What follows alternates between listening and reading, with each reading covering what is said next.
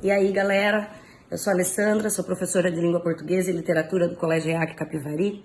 Eu tô aqui rapidinho para falar com vocês sobre dois movimentos literários do final do século XIX que aconteceram ao mesmo tempo para romper com o movimento anterior chamado romantismo.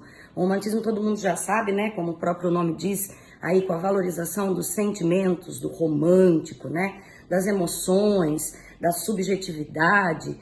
E aí chegam esses dois movimentos, que é o realismo e o naturalismo, que chegam então com novas ideias baseadas no cientificismo, baseadas no determinismo, né, em que o homem é inserido num meio e esse meio vai fazer com que ele seja de alguma forma modificado, né? Então esses dois movimentos eles chegam para trabalhar aí o psicológico, para trabalhar mais a realidade, para trazer personagens que são muito mais próximos a gente, muito mais verossímeis, né? Situações de adultério, situações em que a mulher, né, vai ganhar um pouquinho mais de espaço na literatura como uma figura que também erra, que também trai, que também aí influencia, né, de determinada forma aí o comportamento dos homens, né? Então vem esses dois movimentos e eles chegam aí com Machado de Assis em 1881, com um livro maravilhoso que fica aí a dica para a leitura de vocês, que é Memórias Póstumas de Brás Cubas, né? Em que o protagonista é um defunto, né? Então é alguém que morre e que começa a contar as suas memórias, a sua história. E por conta disso, né, por ele estar morto, ele não se preocupa nem um pouco com a visão, ou com o pensamento, ou com o comportamento, ou o julgamento das pessoas que vão estar ali lendo a sua história, né? Então Machado de Assis traz aí esse primeiro personagem realista no Brasil, que é fantástico, maravilhoso, como toda a obra do Machado de Assis, que eu acho que todo mundo precisa ler. Uma obra do final do século XIX, mas que tem muito a ver com a sociedade, com o homem, atemporal, né? Então a gente se assemelha a ele hoje, a gente vê aí personagens machadianos que estão aí nas nossas ruas, que estão aqui próximos da gente, que são pessoas muito mais parecidas, né, com a realidade.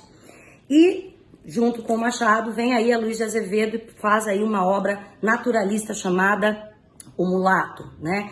Mas e aí, o que tem de diferente nesses dois movimentos? Por que eu preciso de dois nomes diferentes se eles pertencem a um mesmo grupo, a uma mesma fase, né? A uma mesma época? Por que um chama realismo e o outro chama naturalismo? Porque eles focam classes sociais diferentes, embora eles trabalhem com as mesmas características, aí o psicológico, o determinismo, o homem inserido no meio, né? Enquanto o realismo trabalha personagens que são da classe burguesa, da classe elevada da sociedade, o naturalismo trabalha com pessoas, com grupos mais marginalizados. Então a gente vai ter outras obras do próprio Aloysio, como por exemplo Cortiço, né? Então, em que vai ser focado mais esse grupo de pessoas que não são tão favorecidas socialmente, né? Vamos dizer assim.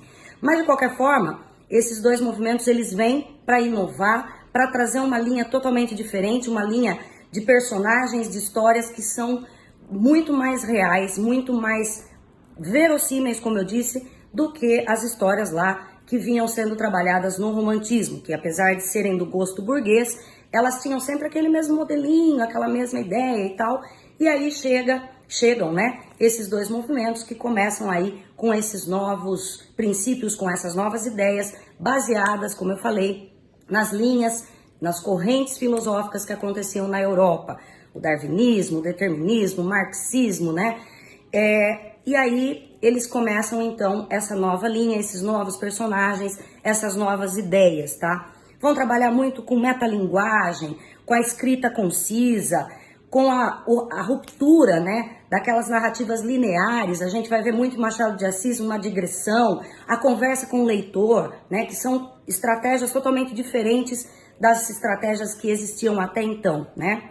E como não pode se faltar, né, quando a gente mostra o homem como ele é, a gente vai trabalhar um pouquinho de ironia, um pouquinho de essência e aparência, um pouquinho de pessimismo, então um toque muito mais voltado aos elementos que fazem parte da gente, enquanto ser humano, tá? Então, ó, dois movimentos literários, final do século XIX, né? Mas super contemporâneos com relação aos assuntos, com relação às histórias, aos personagens. Então, ó, Estudem um pouquinho sobre isso e descubram aí grandes obras e principalmente a leitura de Machado de Assis, tá bom? Beijos, fiquem com Deus e até mais.